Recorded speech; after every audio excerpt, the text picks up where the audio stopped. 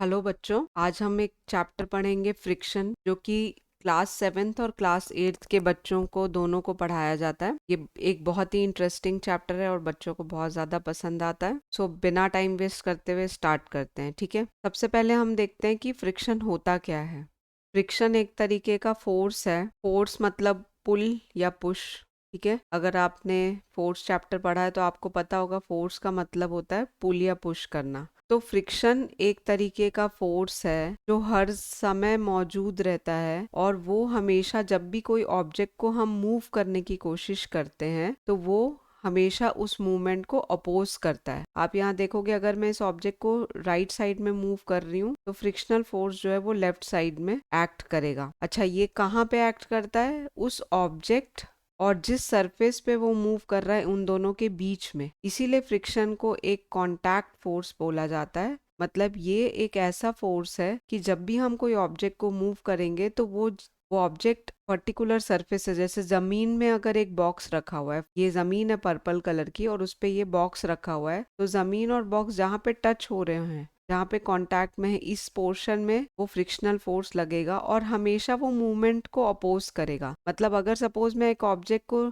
Right side में move करूंगी तो फ्रिक्शनल फोर्स लेफ्ट साइड में एक्ट करेगा। अगर मैं किसी ऑब्जेक्ट को लेफ्ट साइड में मूव करूंगी तो फ्रिक्शनल फोर्स राइट साइड में एक्ट करेगा। तो मतलब अगर मूवमेंट का डायरेक्शन चेंज होगा तो फ्रिक्शनल फोर्स का भी डायरेक्शन चेंज हो जाएगा। और फ्रिक्शन हमेशा मूवमेंट को अपोज करता है। या तो वो चलते हुए ऑब्जेक्ट को रोक देता है या फिर वो किसी ऑब्जेक्ट को मूव नहीं करने देता, हमेशा मूवमेंट को अपोज करता है वो। जैसे सपोज मैं एक बहुत हैवी सा बॉक्स हिला रही हूँ तो वो हिल क्यों नहीं रहा? क्योंकि इस फ्रिक्शनल फोर्स की वजह से हिल नहीं रहा है, ठीक है।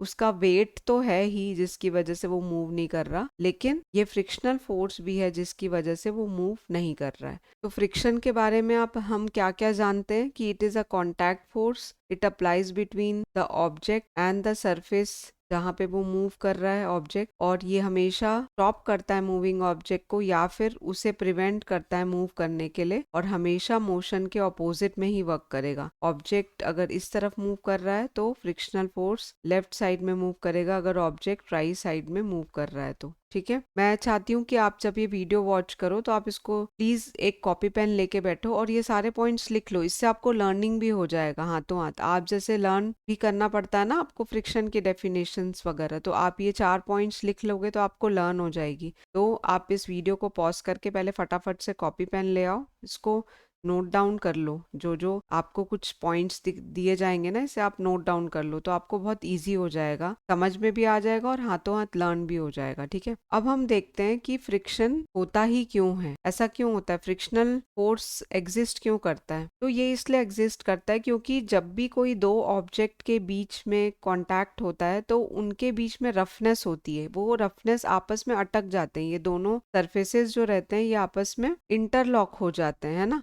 अब कोई सरफेस हमें चाहे कितना भी स्मूथ दिखे, अगर फ्लोर है आपका, एक जमीन है, तो उसको हमें लगेगा कि ये बहुत स्मूथ है, बट अगर हम माइक्रोस्कोप से देखेंगे तो स्मूथनेस में भी हमें ये रफनेस दिखेगी। तो बॉक्स जब फ्लोर के ऊपर मूव कर रहा है, ये बॉक्स है और ये फ्लोर है, तो उनके बीच में भले ही हमें बिल्कुल स्मूथनेस नजर आ रही, बट हम माइक्रोस्कोप से देखेंगे तो उनकी सरफेस भी आपस में इंटरलॉक हो जाती है। तो इसलिए फ्रिक्शन फोर्स होता है। देखो, अर्थ में फ्रिक्शनलेस जगह बनाना बहुत मुश्किल होता है। जब कोई ऑब्जेक्ट हवा में भी मूव कर रहा है ना, अगर बॉल हवा में मूव कर रही है तो हवा भी उसे फ्रिक्शनल फोर्स देती है। तो एयर और बॉल के बीच में भी फ्रिक्शनल फोर्स होता है, ठीक है। सिर्फ वैक्यूम में फ्रिक्शन नहीं होता, इसलिए स्पेस में फ्रिक्शन नहीं मिलेगा हमें, बट जहाँ पे भी हवा है, पानी है या लैंड है, वहां सब जगह हमें फ्रिक्शन मिलेगा। तो फ्रिक्शन किसके किसके ऊपर डिपेंड करता है? फ्रिक्शन डिपेंड करता है कि वो जिस सरफेस पे चल रहा है, जिस सरफेस के कांटेक्ट में, चाहे हवा हो, पानी हो या लैंड हो, जिस भी सरफेस के कांटेक्ट में कोई भी चीज मूव कर रही है तो उनके बीच में रफनेस या स्मूथनेस कैसी है, इन दोनों सरफेस के बीच में रफनेस या स्मूथनेस कैसी है। अगर रफनेस ज्यादा होगी तो फ्रिक्शन ज्यादा होगा, अगर स्मूथ होगा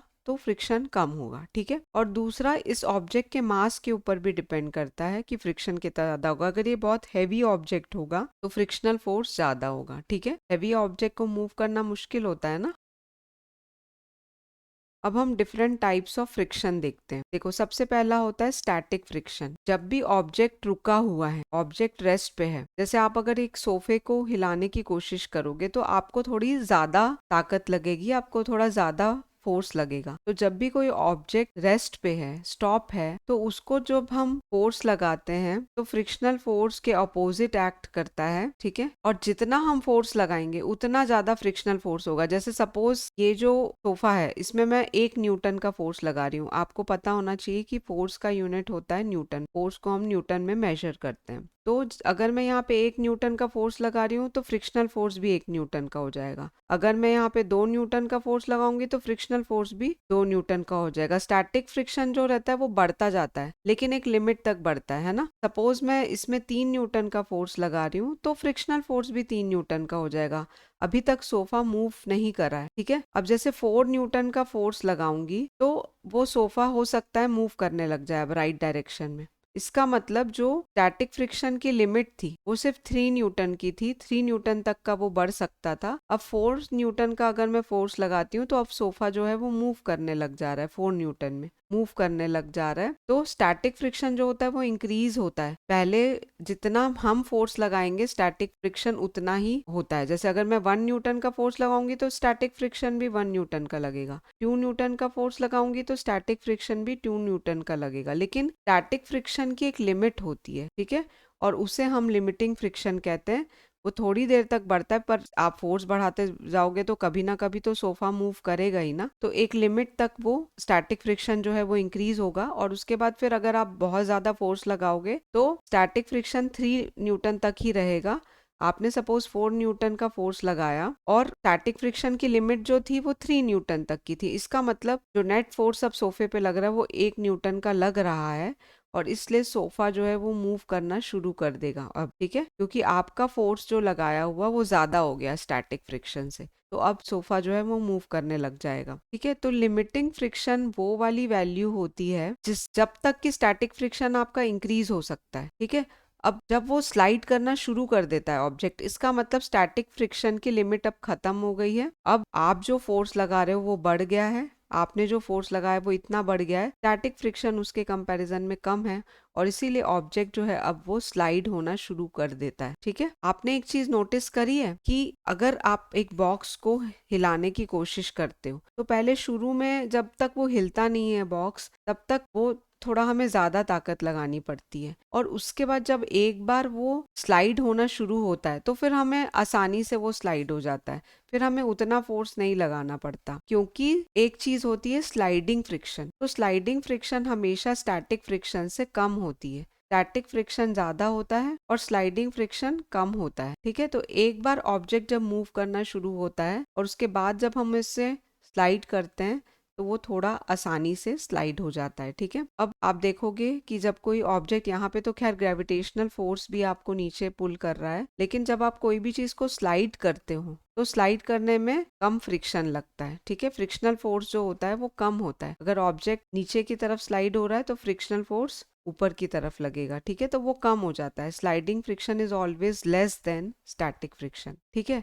अब मुझे सपोज किसी चीज को और ज्यादा कम, मतलब बहुत आसानी से मूव करना है। यदि हमें किसी चीज को बहुत आसानी से मूव करना है तो हम क्या करते हैं, उसके नीचे व्हील लगा देते हैं, है ना। कोई बॉक्स है, उसको अगर मुझे आसानी से स्लाइड करना है तो हम उसके नीचे व्हील लगा देते हैं, तो वो बहुत आसानी से स्लाइड होता है। क्योंकि एक तीसरा टाइप का फ्रिक्शन पिक्चर में आ गया है, रोलिंग फ्रिक्शन। रोलिंग फ्रिक्शन जैसे अगर ऑब्जेक्ट इस तरफ राइट तरफ मूव कर रहा है तो रोलिंग फ्रिक्शन लेफ्ट तरफ होगा, but it will be less, still less, sliding से भी कम होगा। तो इसीलिए कोई चीज को जब हम रोल करते हैं तो वो आसानी से मूव हो जाती है, ठीक है। तो आई होप कि आपको ये तीनों टाइप के फ्रिक्शन समझ में आ गए होंगे। स्टैटिक फ्रिक्शन तब वर्क करता है जब ऑब्जेक्ट रेस्ट पे होता है, कोई भी मोशन नहीं हो रहा होता है। स्लाइडिंग फ्रिक्शन तब वर्क करता है जब ऑब्जेक्ट स्लाइड कर रहा है, और रोलिंग फ्रिक्शन तब वर्क करता है जब ऑब्जेक्ट रोल करता है। अब अगर हम इसके मैग्नीट्यूड की बात करें, वैल्यू की बात करें, तो स्टैटिक फ्रिक्शन हमेशा बड़ा होता है स्लाइडिंग फ्रिक्शन के, और स्लाइडिंग फ्रिक्शन बड़ा होता है रोलिंग फ्रिक्शन के। तो ये इस तरीके से डिसेंडिंग ऑर्डर में मैंने लिखा है। सबसे बड़ा स्टैटिक फ्रिक्शन, वो बहुत ज्यादा होता है, फिर स्लाइडिंग फ्रिक्शन कम होता है, रोलिंग फ्रिक्शन और ज्यादा कम होता है। इसीलिए किसी भी ऑब्जेक्ट को रोल करना हमारे लिए आसान होता है। हमेशा याद रखना, फ्रिक्शन मोशन को अपोज करेगा, ऑब्जेक्ट को मूव नहीं करने देता।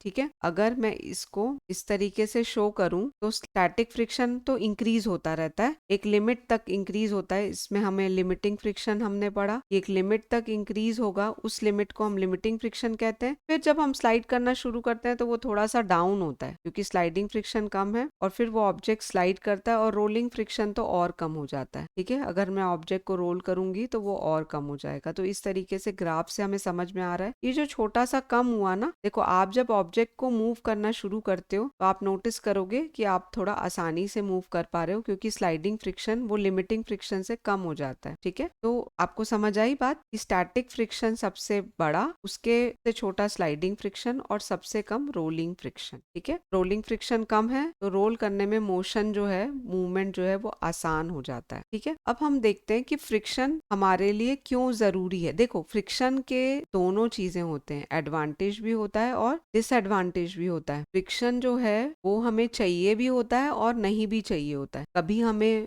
जरूरी होता है और कभी हमें जरूरी नहीं होता है। अब हम देखते हैं कि फ्रिक्शन हमें किस चीज में मदद करता है। ये तो मोशन को रोकता है, ये तो चीजों को स्टॉप करता है, तो हमें क्यों जरूरी है ये फ्रिक्शन। ठीक है, अब चीजों का स्टॉप होना भी तो जरूरी है। अगर तुम सोचो कार चलती ही जाए और स्टॉप ना हो तो फिर कितनी मुश्किल हो जाएगी। तो हम देखते हैं फ्रिक्शन हमारे लिए किस किस चीज में जरूरी होता है। तो एडवांटेजेस क्या है फ्रिक्शन के। फ्रिक्शन हमें वॉक करने में मदद करता है। अगर हमारे पास फ्रिक्शन नहीं होगा तो हम ठीक से चल भी नहीं पाएंगे। आपने देखा होगा कि अगर फ्लोर में पानी गिर जाता है ना, पानी गिर जाता है तो ये रफनेस इसकी खत्म हो जाती है, स्मूथ हो जाता है ये सरफेस, तो हम फिसल जाते हैं उसमें। ठीक है, तो फ्रिक्शन हमारे लिए जरूरी है वॉक करने के लिए। फ्रिक्शन के बिना हम वॉक भी नहीं कर पाएंगे। उसी के फ्रिक्शन हो और हम अच्छे से वॉक कर पाए, इसके लिए ही तो सैंडल्स और शूज के नीचे ऐसे ग्रूव्स बने होते हैं, थोड़ी रफनेस बनी होती है ताकि हम आसानी से वॉक कर पाए। अगर ये स्मूथ होता, नीचे से सोल पूरा स्मूथ होता तो हम बार बार फिसल के गिरते रहते हैं। अच्छा ये देखो, ये आइस के शूज हैं आइस में वॉक करने के, क्योंकि आइस में बिल्कुल कम फ्रिक्शन होता है, एकदम स्मूथ रहता है ना। जो चीज स्मूथ होगी उसमें कम फ्रिक्शन रहेगा। तो अब हम कैसे वॉक करेंगे, तो उसके लिए स्पाइक्स वाले शूज होते हैं, इसमें इतने सारे ये कांटे लगे रहते हैं ताकि हम आराम से वॉक कर सके। ठीक है, जब भी सरफेस स्मूथ हो जाती है, जैसे केले का छिलका है अगर गिर गया तो उसमें हम गिर जाते हैं क्योंकि वो फ्रिक्शन को कम कर देता है, चिकना कर देता है ना। चिकना करेंगे तो फ्रिक्शन कम हो जाएगा तो हम गिर जाते हैं, हम ठीक से वॉक नहीं कर पाते। तो फ्रिक्शन हेल्प्स इन वॉकिंग। दूसरा पॉइंट ये है कि सारे ब्रेक्स ही वर्क इसलिए करते हैं क्योंकि फ्रिक्शन है। टायर्स में तुम देखोगे ऐसा ग्रूव्स बने रहते हैं फ्रिक्शन को इंक्रीज करने के लिए। अगर ऐसा ना हो, हैवी व्हीकल्स में इस टाइप के टायर्स लगे होते हैं तो ब्रेक ही नहीं वर्क करेगा। तुमने देखा होगा रेसिंग कार्स जो रहती हैं उसमें कुछ इस तरीके के व्हील्स रहते हैं क्योंकि आपको बहुत तेज चलना होता है, आपको उस समय फ्रिक्शन कम करना होता है। ठीक है, लेकिन हमें जब नॉर्मल जो हम व्हीकल चलाते हैं रोड पे तो उसमें तो हमें बिल्कुल स्टॉप करना पड़ता है, ट्रैफिक आ जाए कुछ हो जाए तो हमें स्टॉप करना पड़ता है। तो इस तरीके के टायर्स रहते हैं, तो ब्रेक वर्क ही इसलिए करते हैं क्योंकि फ्रिक्शन है। रोड भी एकदम चिकनी नहीं होनी चाहिए। आप देखोगे रोड कैसे बनती है, थोड़ी खुरदुरी रहती है, रोड कोर्स रोड रहती है। ठीक है, ताकि ब्रेक्स आराम से अप्लाई हो सके। ठीक है, तो चीजें रुकती हैं, ब्रेक्स वर्क करता है फ्रिक्शन की वजह से। फिर माचिस माचिस जो वर्क करती है, जलती है, वो फ्रिक्शन की वजह से। आप देखोगे ये जो रगड़ खाता है, ये फास्फोरस जब रगड़ खाता है इसमें तो वो हीट जनरेट करता है क्योंकि फ्रिक्शन जो है वो हीट जनरेट करती है, तो उसकी वजह से ये गर्म हो जाता है और माचिस जल जाती है। ठीक है, रिमेम्बर कि फ्रिक्शन से हीट जनरेट होती है। आपको पता होगा आप जब दोनों हैंड्स को रब करते हो तो रबिंग मतलब फ्रिक्शन, आप दो सरफेस को कांटेक्ट में लाओगे तो आपके हाथ गर्म हो जाते हैं। ठीक है, फ्रिक्शन की वजह से ही भी हम लिख पाते हैं पेपर में। आप देखोगे कि ये पेपर थोड़ा सा रफ होता है, आप उसको माइक्रोस्कोप से देखोगे तो आपको दिखेगा पेपर रफ होता है, इस वजह से वो इंक उसके अंदर बीच बीच में जा पाती है। अगर बहुत चिकना पेपर होगा तो ठीक से लिखा नहीं जाएगा उसमें, है ना, स्मूथ सरफेस पे लिखा नहीं जाता है ना। तो हम पेपर पे पेंसिल से इसलिए लिख पाते हैं क्योंकि वो रफनेस है, उसमें फ्रिक्शन है। ठीक है, स्क्रूज जो रहते हैं, नेल्स जो रहते हैं, वो दीवार पे इसीलिए रह पाते हैं क्योंकि उसमें फ्रिक्शन रहता है, नहीं तो वो निकल जाएंगे ना। उसके जो ग्रूव्स रहते हैं वो फिक्स हो जाते हैं दीवार की रफनेस पे, और अगर ये स्मूथ होगा तो ये निकल जाएगा नेल, फिक्स नहीं हो पाएगा। तो ये सारे एडवांटेजेस थे। अब जो आप नोट्स अपने बना रहे हो उसमें आप ये सारे पॉइंट्स लिख लो। What are the advantages of friction? Friction हमें वॉक करने में मदद करता है। ब्रेक वर्क करते हैं बिकॉज ऑफ फ्रिक्शन। हम पेपर पे लिख पाते हैं because of friction. Match stick work करती है because of friction. We can write on paper, ये दो बार आ गया पॉइंट।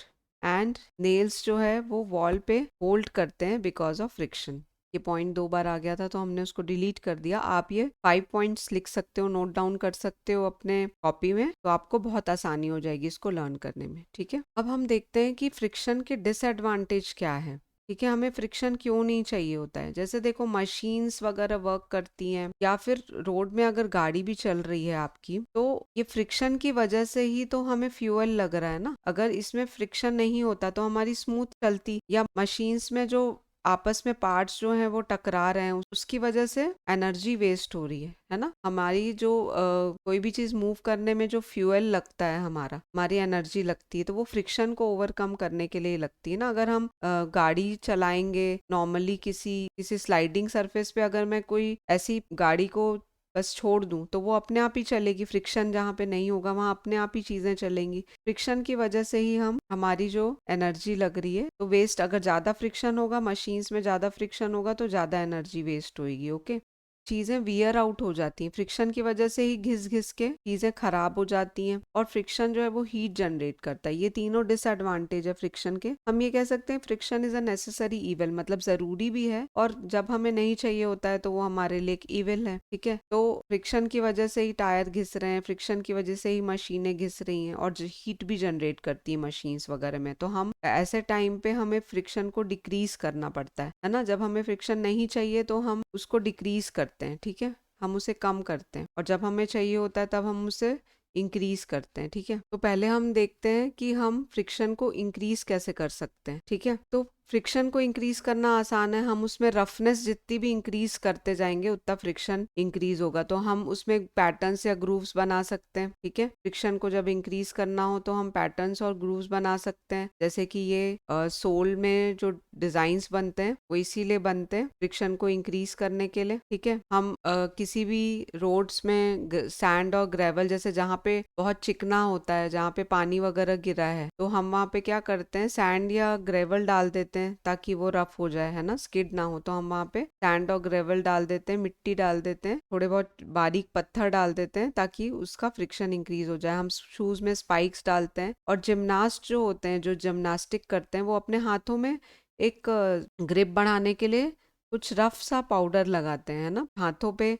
रफ पाउडर लगाते हैं ताकि उनकी ग्रिप मजबूत हो जाए, ताकि उनके हाथ से फिसले नहीं जिस स्टिक जिस पे वो लटक रहे हैं। ठीक है, तो ये सब सारे तरीके हैं फ्रिक्शन इंक्रीज करने का। आप प्लीज इसको नोट डाउन कर लीजिए। जहाँ पे हमें फ्रिक्शन चाहिए होता है वहां पे हम रफनेस को इंक्रीज करते हैं। अब जहाँ हमें फ्रिक्शन नहीं चाहिए, क्योंकि फ्रिक्शन के कुछ डिसएडवांटेज भी है, तो हम उसको रिड्यूस करते हैं फ्रिक्शन को, है ना। फ्रिक्शन को हम रिड्यूस कैसे करते हैं, उसको पॉलिश करके। अब यहाँ पे हम रफनेस को हटा देंगे, स्मूथनेस लाएंगे। हमें अब फ्रिक्शन को डिक्रीज करना है तो हम क्या लाएंगे, स्मूथनेस लाएंगे। वहां पे हम क्या लाएंगे, स्मूथनेस।